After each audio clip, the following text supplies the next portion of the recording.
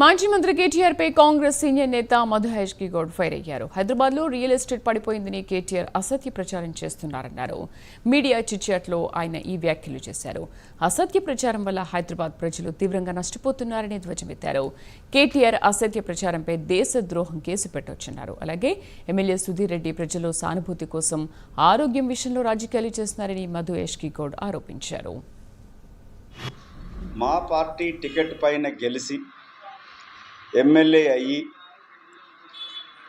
LB Nagar నియోజకవర్గ అభివృద్ధి కొరకే పార్టీ మారుతున్నానని చెప్పి నీతి మాలిన నీతి లేని రాజకీయం చేసింది నువ్వు.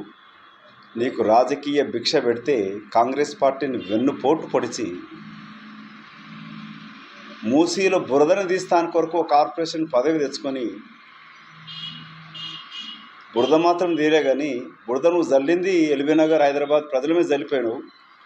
మేము నీ మీద బురద జల్లాల్సిన దుర్గతి మాకు లేదు, అవసరము కూడా లేదు. అధికార వ్యవస్థని అంతా కూడా నాశనం పట్టించింది, భ్రష్టు పట్టించింది బీఆర్ఎస్ పార్టీ ప్రభుత్వం, మీ నాయకులు నువ్వు.